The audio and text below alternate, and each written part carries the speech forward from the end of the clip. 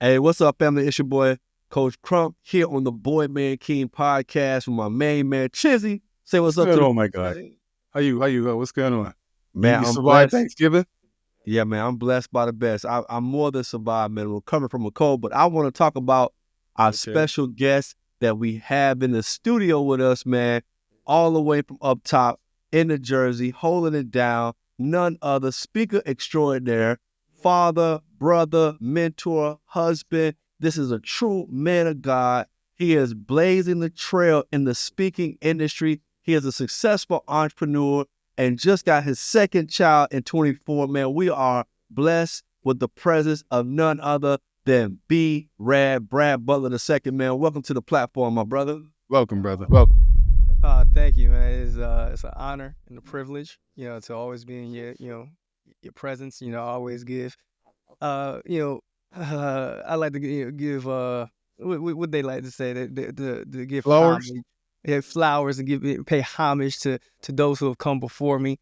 Yeah, I'm just really big on that. Like I'm old school. People say I got an old soul in that sense. I'm from Jersey City, from up top, so it's like when you walk down the streets, you always say what's up to those who came before you, and paved the way Yeah, for man. you.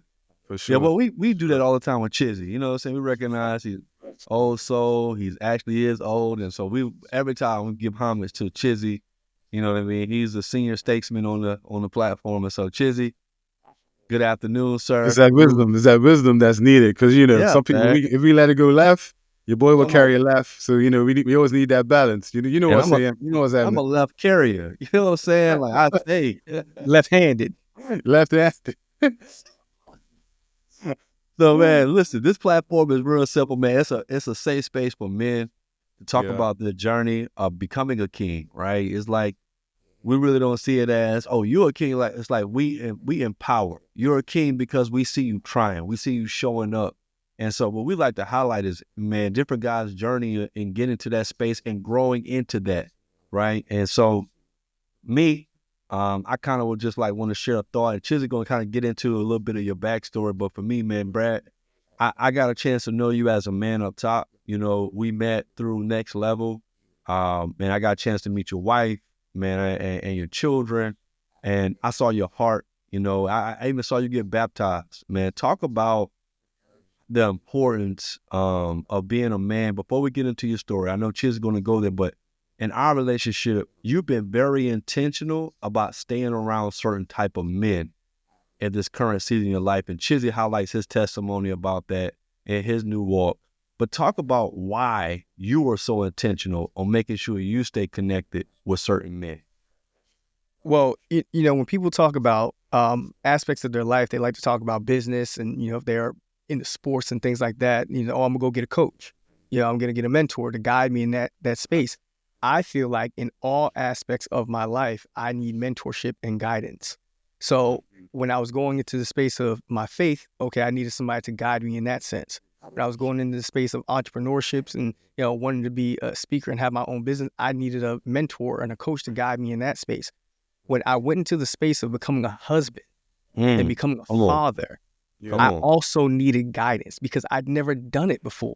And listen, you can try to be as tough as you want to, but it's scary when you step into something that you have never stepped into before. Even if you had the figure, like you had a male in your household, you had a father who was there, and you saw the 2-parent household, all that. That's great.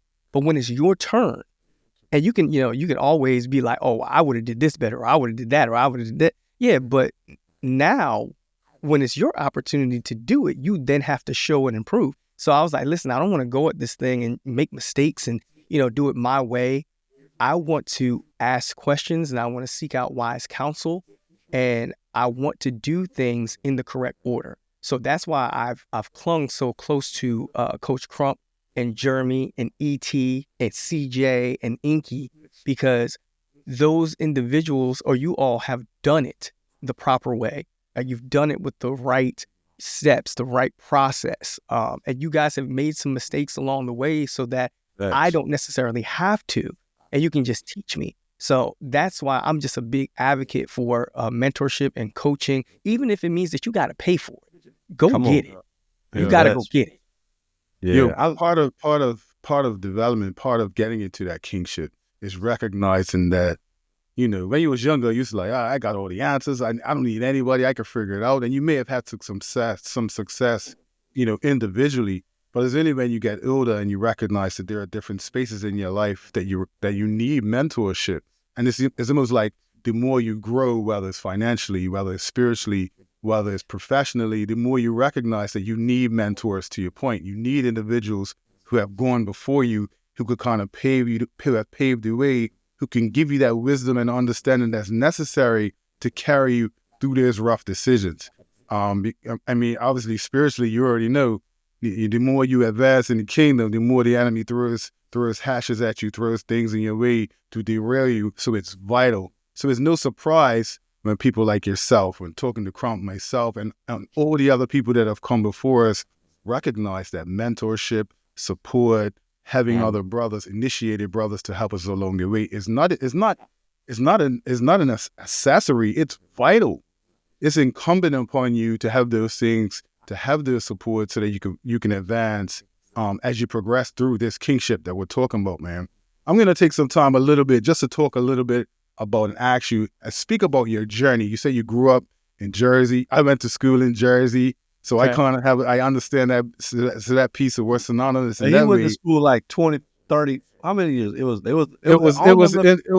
in 98. It sounds like today is the day for aging people. What's it called? Age shaming? But we do body shaming, we do color shaming. No, we're gonna do age shaming.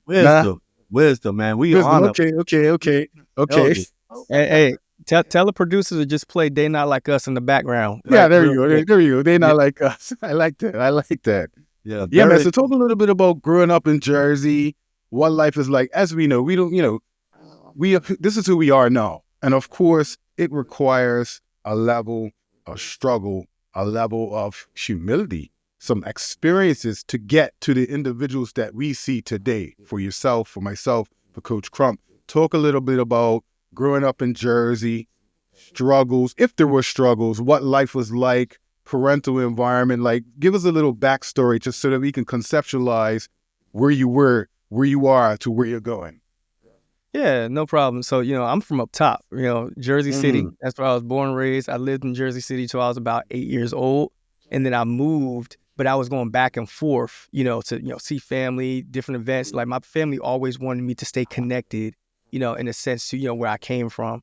Right. So, just growing up, my mother and my father, they, from Jersey City as well, born and raised. They was in the streets. I like to say, in the nicest way possible, my mother and my father were professional urban pharmacists. Professional urban pharmacists. I like that. Just give it a minute. You know what I mean? Yeah. I think we know what you mean. Right. And I'm talking about they were really good at being bad, if that makes sense. Most people don't know that, within my book, I actually wrote about it, Pain, Passion, Purpose. My father and my mom, they ran 3 entire blocks in Jersey City. And at times, when I became an adult and I thought about how demoralizing that must have been for other individuals who had spent their entire life, to build their dream of probably having a brick and mortar, their own place to do their business. And here goes my mom and my dad, and they're like, yeah, well, unfortunately, this is going to be run through me, whether you know it or not. And I'll help you out. I'll give you a little money on the side. Just let us know when the cops are coming and stuff like that. And you'll be able to keep your space without a problem. And it was back in the day when it was like real classy, the way that they did it, where they took over pool halls and all that stuff. So me and my sister, like, we didn't know back then, like, we in pool halls, and my father would walk in, everybody clear out. Sure. And like, we didn't know why. We just thought, we get to go to the pool hall and play, like, and have a good time and have fun. The question is, are you nice at pool though? That's the question. Absolutely not. Absolutely not. I had no idea. I didn't know what I was doing in there. I wasn't even supposed to be in there. But man, can I play? Yeah, 8-ball corner pocket on lock. You know what I'm saying? Nah. And he talking like he can play. He his trash and pool too. So none of them fool you, bro. One thing, I usually don't abuse the elderly, but Chizzy, I would give you the smoke. You know what I'm saying? Listen, it's always the loudest one in the room. You know how that goes, right? Imposter syndrome, overcompensation. All right, we can go psychoanalyze it today. Good. That's crazy. But yeah, like, they were doing their thing, moving product. and it wasn't no joke. It was dead serious about it. My father slept with a shotgun in the house and a pistol under his pillow. There were pounds of weed and drugs that were in the house, in the attic, and the safe houses all over the place. Like, it's just stories upon stories about my father, the legend of my father, Brad Butler, buddy, when, we was in Jersey City, and all that they did and all the craziness, that they went through. And, there's only two ways that you get out of the lifestyle. Either you go to jail or you die, one or the other. I was just lucky in the sense that my father was incarcerated. They finally caught up to him. They just caught him slipping one day. And they didn't catch him the way that they wanted to catch him, but they was just like, well, we'll just take what we can get. We got him. So he was, incarcerated. He did his bid, wasn't too long, but he was able to get out on good behavior and everything earlier. And then he came back home. When he came back home, one thing, my father would never allow my mom to bring me to the jail to see him. So mom and dad were in the same household? You grew up with mom and dad in the same household? Siblings as well? Yep. My full-blooded sister, CG, and then I have half sisters, and I'm actually the youngest of 7. Okay. And I'm the only boy. Okay. So my father just kept trying until he got a boy. That's all it was. He just we gonna keep Shoot your rolling shot, the dice. my guy. Yeah, he said we just gonna keep rolling the dice. And This got 7 sisters, right? Six sisters. So I'm the 7th. lucky number 7. Yeah. So you lucky number 7. Okay. Yeah, man. Only boy, and I'm the youngest, so it's crazy. So he gets incarcerated. He gets out. He wants to see me because I'm his only boy. And I tell people all the time, he's just like, yeah, he sees me, we're talking and stuff like that. And I ask him, my little child brain, like, hey, why were you gone? Like, why didn't I see you for so long? And he's like, oh, well, daddy was incarcerated. I did something that I wasn't supposed to do. I operated outside the law, and unfortunately, when you do that, you go to jail. And I was like, okay. So with my little kid brain, I was like, well, dad, can you just promise me that you won't do, anything like that again? So that way you won't be taken away from the family. And he said it was like a light bulb went off in his head. And he's like, wow, if I don't break the law, I'll never have to worry about being taken away from my family again. And that in that moment, he said, I'm done. I'm not selling drugs anymore. How old were you when this happened? When your dad went away? I probably was maybe like five or 6. I was really young. Yeah, because I remember how, like, where we were at, like, all that. So I just remember that conversation real quick. Nothing in my kid brain, it meant nothing. Like, oh, dad, you good. And then, but for him, it meant everything because he's talking to his son. I'm named after my father. For sure. I'm Brad Butler II because my father is Brad Butler Sr. And technically I should be a junior, but my mom didn't want people calling me a junior as an adult. So she made it the second. But that's neither here nor there. But my father decides to do a complete 180 with his life, gets it on a straight and narrow. My mom was like, okay, this is what we do when we're on the straight and narrow now. We're not selling drugs. My mom educated. My mom was like, okay, cool. Well, I'll go get a job. I'm cool with that. My mother and my father were just like, whatever, we'll figure it out. My dad, it was a bit harder for him because he had minimal education. So he was like, I don't know how to maneuver in the in the workspace and wait 2 weeks to get paid, and I don't know. But he said, but I'll figure it out for my son. I'll figure it out for my family. So he's like, okay, maybe I can do some warehouse jobs. So that's what he did. He started looking for warehouse jobs, got on a straight and narrow. But there was a strain on the family because they were used to making so much money hand over fist because of the drug game, and now you gotta wait 2 weeks to get paid, or you gotta work 2 weeks and one in the hole, something like that when you start a new job. And they're like, what? Like, this is crazy. You can't do this. And the strain from all that financial strain that was being placed on them, my mother and my father unfortunately became heroin addicts. They got strung out, on the drugs, but they were functioning addicts, meaning that they were still able to go to their job and work and stuff like that. But behind closed doors, they was dealing with heroin, and we became like the black sheep of the family, pariah in the sense, moving back and forth from different places, moving different places. I remember vividly living in a shelter. My father was not allowed to be in that shelter with us because men aren't allowed there. But I remember living in a shelter with me, my mom, and my sister, being told when to go to bed, when you had to get up, you had to leave, you couldn't come back until a certain time. Just seeing all those different things. I do vividly remember a situation with my father. He doesn't remember to this day, but I remember my father being high in front of me. He just didn't know that he was. Like, I remember I was just like, hey, Dad, I had my toys. Like, hey, Dad, can you play with me? And he was just out of it. He was just in and out, like nodding out, in and out of sleep, or whatever. It's just like, because he was high. He didn't know.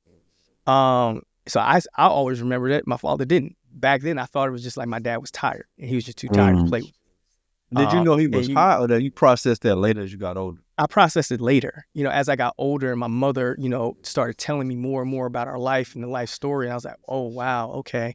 Now that I'm putting two and two together, noticing other people in my family, how they were addicts or they were functioning addicts or alcoholics. It's just a string of people within my family who dealt with it. Whether it was drugs or it was alcohol, whatever their vice was, they had something that they were dealing with.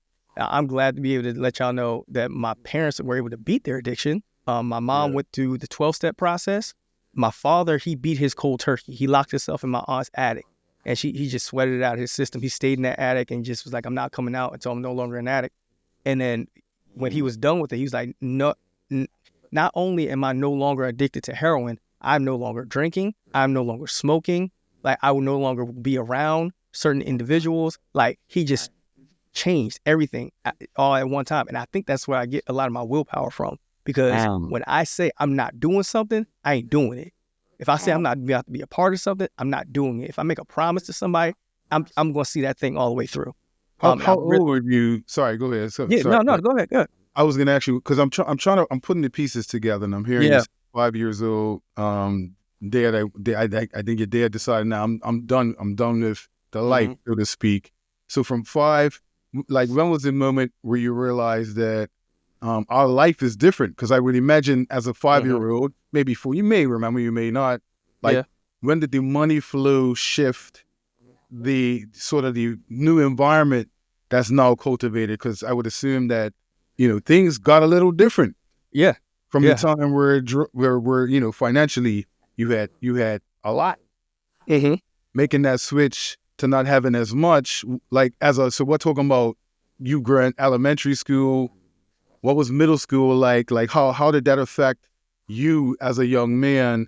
And knowing, because in Jersey, you're not far removed from the streets, in spite of the fact that your parents and your dad was deep in the streets, they decided to not. You leave your household in Jersey, it gets pretty rough out there. So how was there this persona, was this understanding that that's your dad, and there's an expectation for you to kind of take up the mantle and be a part of the life?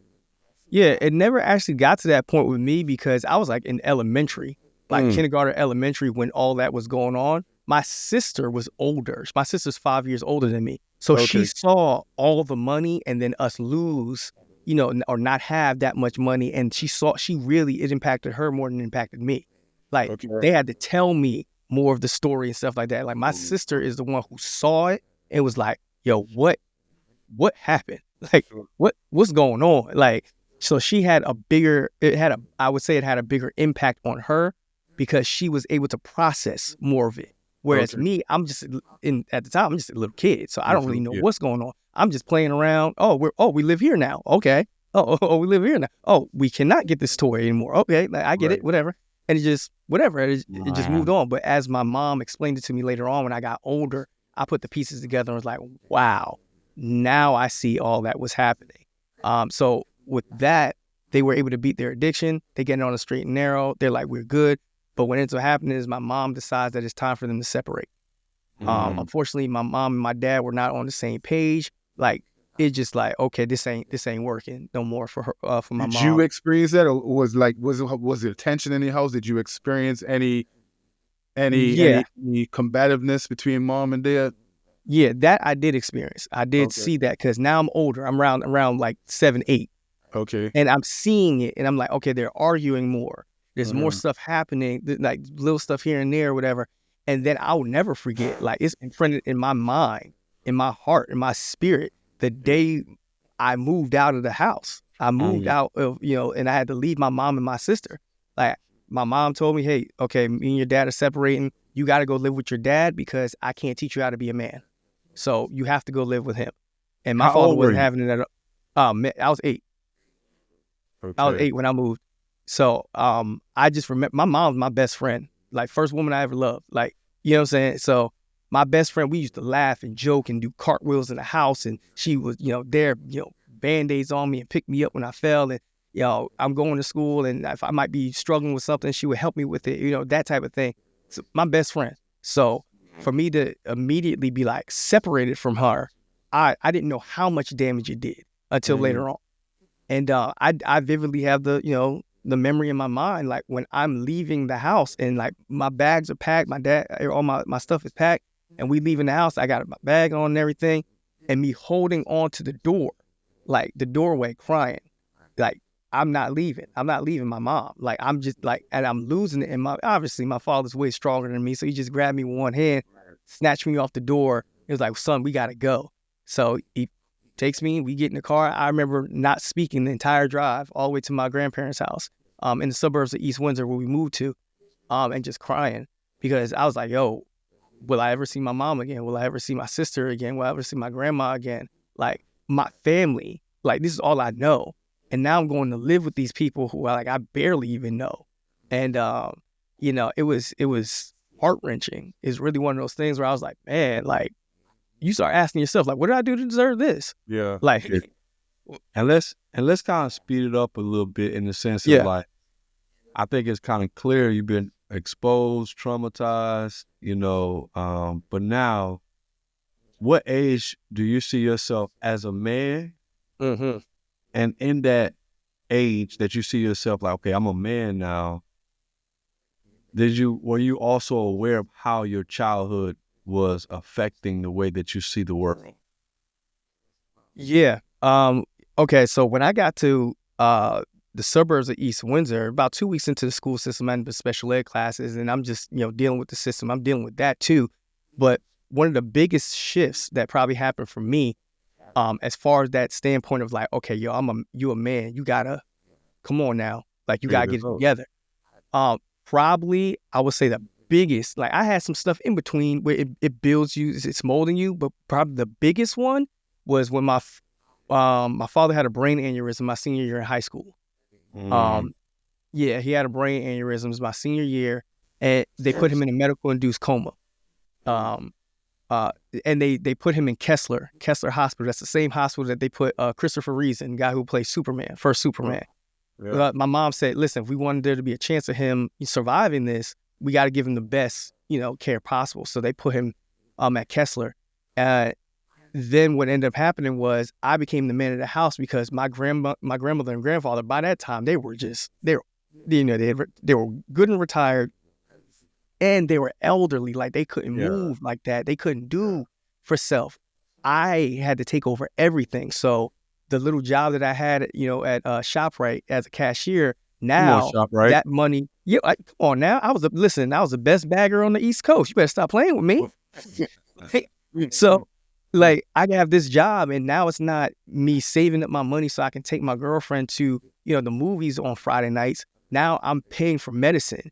And I'm driving without a license to making sure my grandmother and grandfather get to their doctor's appointments. And, I'm doing all the things that my father was doing to take care of the house and make sure everything is straight. What's going on? Okay, so that's happening. Yeah. What's going on in your brain, though, as far as like, are you resentful? Are you excited? Are you scared? Like, are you feel like it's unfair? I'm feeling like it's like a snowball effect, like stuff just getting worse. And the things that are getting worse, it's bigger and bigger and bigger. I go from, okay, now separated from my mom, but I still get to see her, every now and then. I get to see my family every now and then, talk to her on the phone. Okay, well, special ed. Okay, that's pretty bad. Like this is bad. Okay, and now my father, what you mean he could die? What we talking about? Do you remember how you was processing? Like, I mean, you're talking about you're what, 16, 17? How old are you when you're working at ShopRite and you're grinding for the family? Like 17. 17? Yeah. So when you compile a 17-year-old mind, a kid, when you think about the traumatic experience of being taken away from your mom, there's probably a lot that you're feeling that you probably can't even articulate. You know what I mean? Yeah. Because and the reason. Sorry, Chizzy, go ahead.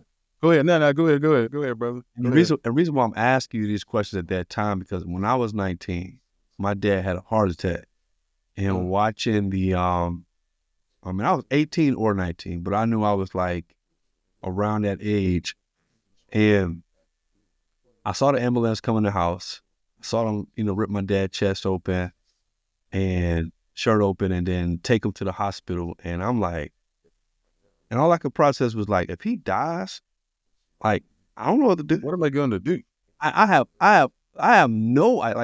like the slightest of idea. And I was like, I'm trying to play ball in school. I can't take care of my moms. I was just like, it never was a thought. And it's like all of a sudden, him being in the ambulance, but as a conscious young adult, but I'm conscious of this moment. I can remember to this day. My first thought came, I saw her drive off. I said, yo, God, you got to keep my man here because your boy is not ready. You know what I mean? That's what I felt. That's why I'm asking you. That's the reason why I was asking, because I know what I was thinking when I had a health scare to my dad. The crazy thing about it is the entire time through the whole ordeal, through the whole 3 months that he was in a medical-induced coma, I never once thought that he was going to die. I never felt that. I always believed that he was going to wake up. I always believed that he was going to get up. I would watch my family members around me lose it, like lose their mind. Like, oh my God. People would keep asking me, Brad, how are you doing? Are you all right, bro? Like, are you okay? And my family like, what you asking of me? If I'm good for it, I'm fine. He going to get up. Right. In my mind, I don't know why, but it never crossed my mind that man was going to die. I was like, oh, my father going to get up. Why? And because in my mind, that's Superman. That dude right there, he done been through so much.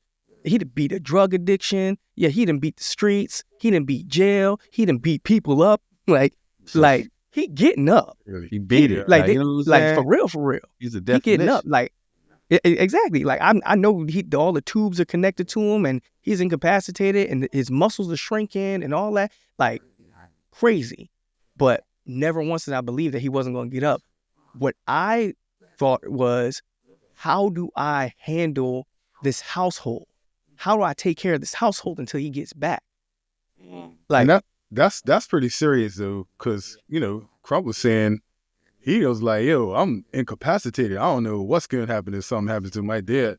But you're already stepping in, which is, especially being the youngest kid. Normally, like the youngest kids are the ones that's pacified, the less parentified than the other kids and the other older siblings. So for you, as a young man, 17 years old, you just stepped in and was like, all right, I'm just gonna fill in the gap, just cause like that's huge. That's huge. So that speaks volumes to resiliency and what was implemented, what was instilled in you in spite of your circumstances through your grandparents and through your parents. And I don't want to glaze that over. Like that's a big deal because a lot of young men, a lot of grown men can't even function on the own at this particular phase in their life. You know what I mean? So, that's a huge piece to part of the man that you are today and the journey that you're taking today. That resiliency that was birthed in you from young that you probably didn't even know was there. You know what I'm saying? Yeah, true. So now you're moving, you're getting this experience. What was Dad's outcome from that? He made a full recovery. He just woke up after the 3 months. It was winter. He woke up in spring. So when he woke up, the entire time he thought he was just asleep. So when he woke up, he was like, oh, and they was like, you up? Like there's a miracle. And then it wasn't like he woke up and just opened his eyes. He woke up, sat up, got out the bed, started walking around. They were like, whoa. Like now when he looked in the mirror, he knew something was wrong when he looked in the mirror and he didn't recognize himself. My father was about 200 pounds, solid muscle, avid workout warrior. When he looked in the mirror, he was like 160 pounds. Right. So he didn't look the same at all. He was just like, whoa, like what is all this? And then he was like, it's spring. And then weird, I know, but he was like, the first question that he asked was, who won the Super Bowl? I don't know. Who was he for? He's a fans? He's an Eagles fan. Yeah. Okay. So I was like, bruh, that's crazy. But full recovery, but he needed to learn how to walk, talk, read, write, do all these things all over again. So even when he came home, I still was the man in the house because now I'm reading the mail. And I'm sending emails and sending out mail or deposits or whatever. And I'm doing this, doing that. I'm doing everything for him, taking him to his appointments because he can't drive yet. So I'm doing, if he has a hospital visit, I'm doing all that stuff because I took over the house. And truth be told, I'm still the man of the house to this day because if anything happens, they call me. Right. Yeah. Right. So talk about that. Talk about you today, the man you have to be with the responsibilities you have. And okay, you was raised the way you raised, but what are you doing now? Like what is a day in life of Brad Butler II today, like as far as responsibilities?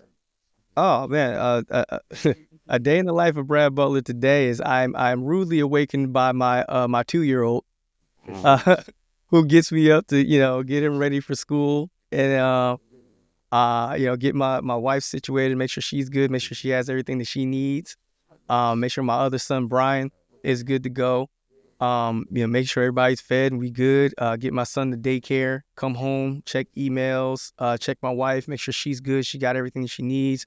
I might go down to the library and do some work there. I'm working on my second book, so I'll sit down and do that. I'll get with my team, check with my booking manager, my videographer, and also my partner in my business, and we'll just check to see what needs to be done, what for that week, any meetings that we have scheduled, any speaking engagements that I need to do, interviews I need to do, networking events, and that pretty much carries me out through the day.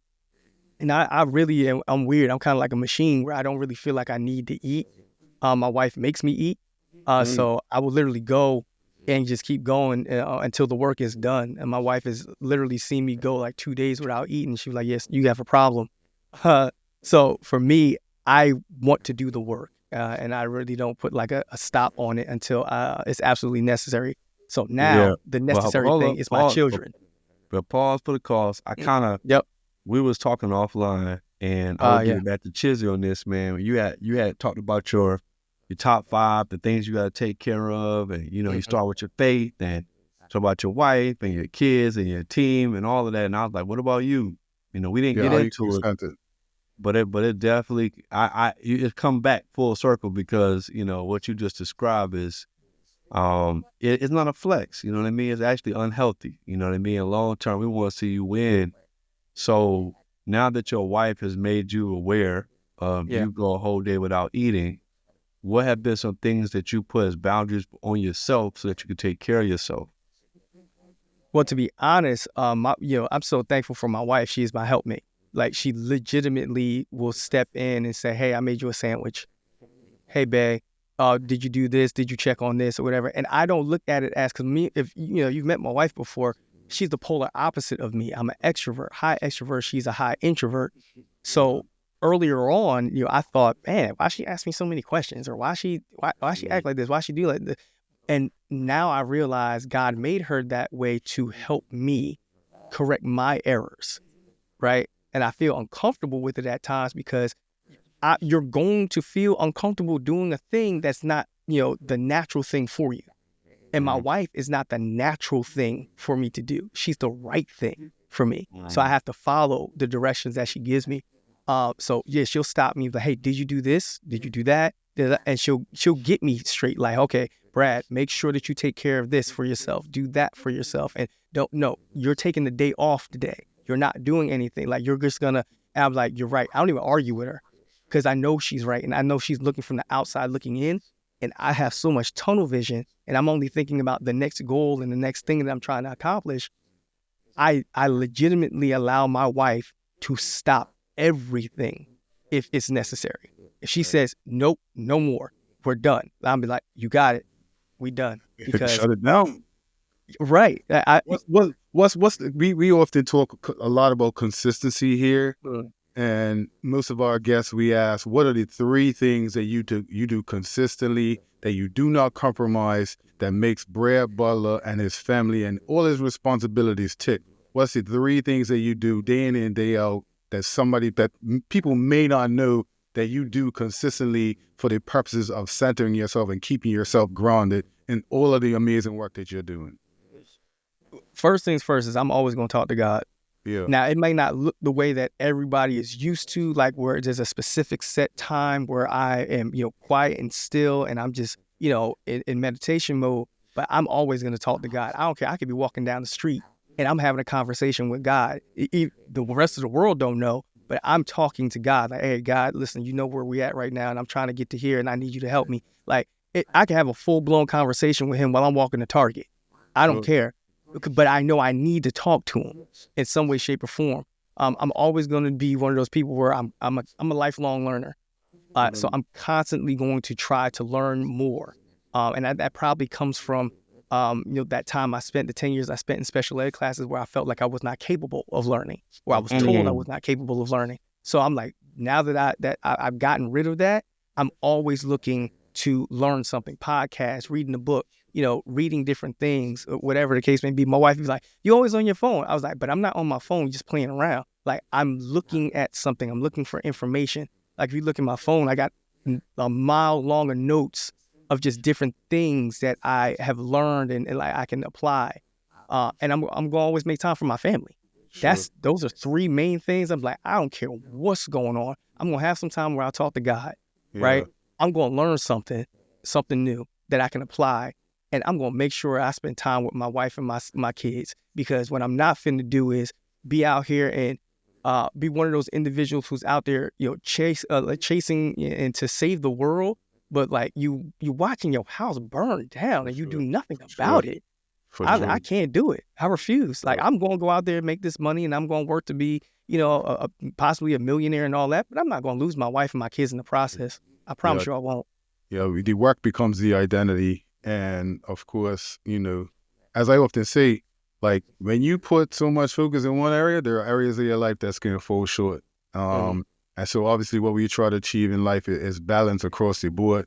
You articulated well, there's 3 pivot points that are vital to your existence. And most of the time when you ask that question, most everybody has a similar response.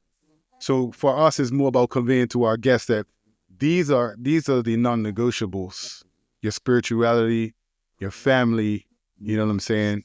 Those things are non-negotiables for a lot of men, and we have to continue to drive this home. We have to continue to advocate for in this space, because the world would have you believe that a man's sum total is his ability to make a dollar. And yes, that is vital and that's important. But at the end of the day, that's not really what makes that's not really makes a man and a man a king. So we appreciate your candor, man, and your openness. And Brad, man, we want to thank you again for taking the time out, man. But tell the people kind of what you got going on now and how the people can tap in with you. Okay. Man, it's easy. If you want to find me, it's Brad Butler II on all social media platforms. So I always tell people, if you can't find me, you ain't trying. It's simple. As far as what I got going on right now, I'm still doing my thing as far as speaking to schools, universities, and corporations across the country. That's not going to change. And then, of course, you can find me heavily connected with the Next Level Speakers Academy, because that's my family and that's what we do. Yes, sir. So if you want to, and we'll have a final thought, but what's your final thought that you want to share with men who are on their journey of becoming a king? Well, I have this this signature close that I use with all of my presentations, and it came to me over the years, because it was one of those things that just kind of stuck with me, because every time I say it, I'm not necessarily just talking to the audience, I'm talking to myself as well. It's called Be Careful. And then like they always ask, like, be careful of what? It's be careful of your thoughts, because your thoughts become your words, and be careful of your words because your words become your actions, and be careful of your actions because your actions become your habits. Be careful of your habits because your habits become your legacy. And that is how the world will remember. If you haven't heard today, this week, this month, this year, wherever in your life, you'll hear it today. I love you from the bottom of my heart, and I encourage every last one of you to make your next day your best day. Why? Because the work you've done today is not enough to get you through tomorrow. Yeah, I love it, man. Chizzy, you gotta follow me. Yeah, Chizzy, you gonna follow that? I'm not following that. I mean, I'm just gonna read a little quote that posted on Instagram the other day, right? It's just something real simple. I was something that I can lead the people with, man. Bad habits are easy to acquire when there's a delay between action and consequence. And I'll read it again for those in the cheap seats. Bad habits are easy to acquire when there is a delay between action and consequence.